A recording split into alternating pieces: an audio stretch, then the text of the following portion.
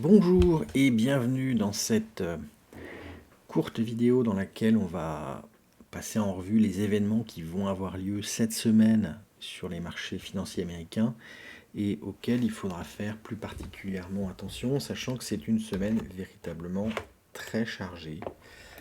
En termes de statistiques macroéconomiques avancées qui nous intéressent, donc aujourd'hui, lundi 30, nous avons le sentiment économique zone euro, Union européenne en général.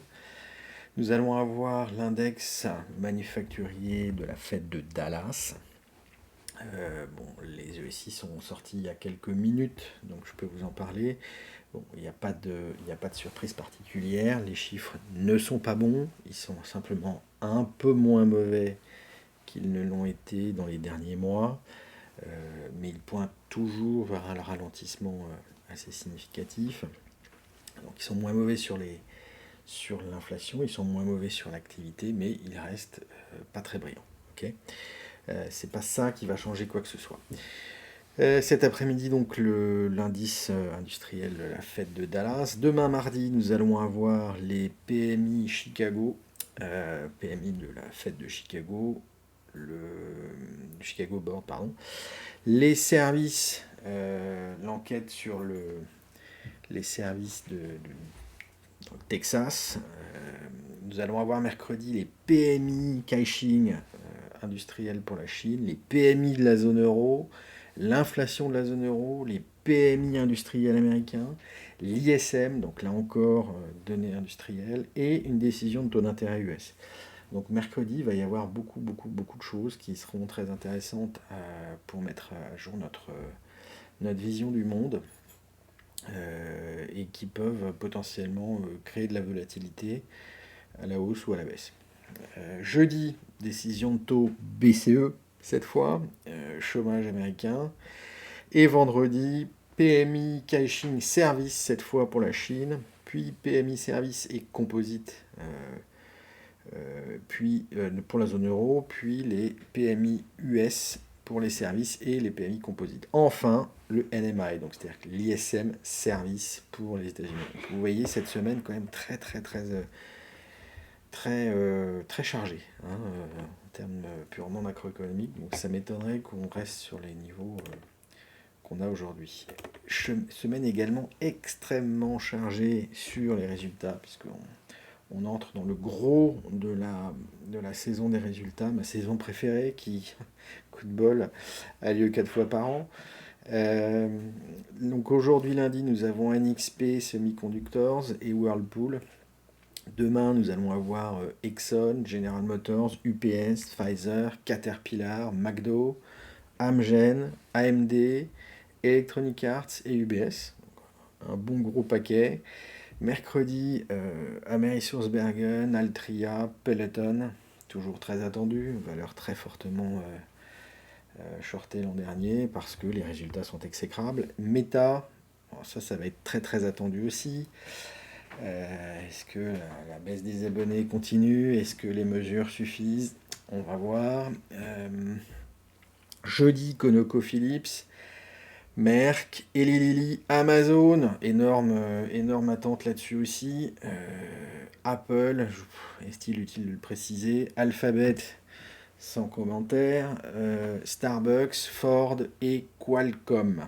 Donc, encore une très grosse journée jeudi. Vendredi, ce sera un tout petit peu plus léger avec Signa, Regeneron, Pharmaceuticals et Church & Dwight.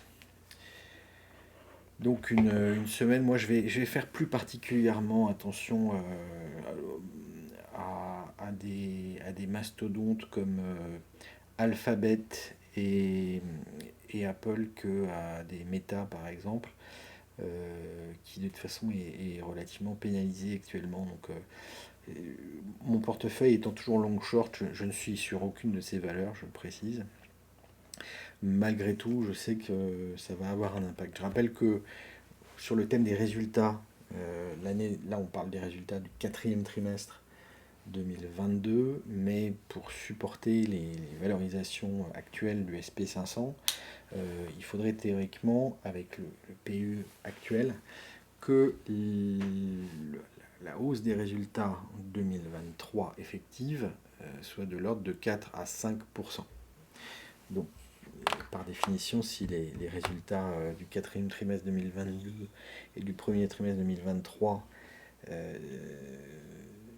sont pas bons, ça va être plus difficile d'atteindre cette croissance-là. D'accord ? Donc c'est important de suivre aussi ces résultats, même si on n'est pas dans les différentes sociétés en question. Troisième chapitre, opération sur titre. Nous avons un tout petit peu deux IPO aujourd'hui, cette semaine. Nous avons une société de e-bike qui est Sandors, le ticker c'est SODR, et nous avons une société de medical device qui s'appelle Neuraxis. Je n'ai pas regardé cette semaine les fins de quiet period. Par contre, il y a 3 expirations de lock-up intéressants qui sont Vinci Partners Investment, Magix Empire et HI Corp. Les augmentations prévues de dividendes, ça va être principalement, les plus grosses sont les 4 suivantes: Old Dominion, Bath Body and Works, à ne pas confondre avec Bed Bath and Beyond, c'est pas la même histoire, Invitation Homes et Exponent. Voilà. Voilà pour ces différentes infos concernant le marché financier, côté dividendes et opérations sur titre.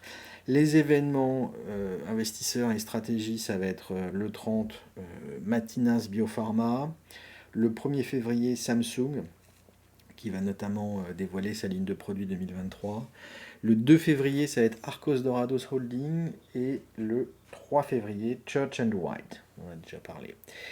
On va avoir une donnée intéressante de Cox Automotive sur les prévisions du marché automobile 2023. Alors, on peut dire que 2022 a été mauvais, hein, et c'est très mal fini, mais visiblement, les chiffres qui vont sortir cette semaine sont étonnamment bons pour les prévisions de cette année. Alors, moi, j'avoue que je suis un peu dubitatif pour pas mal de raisons.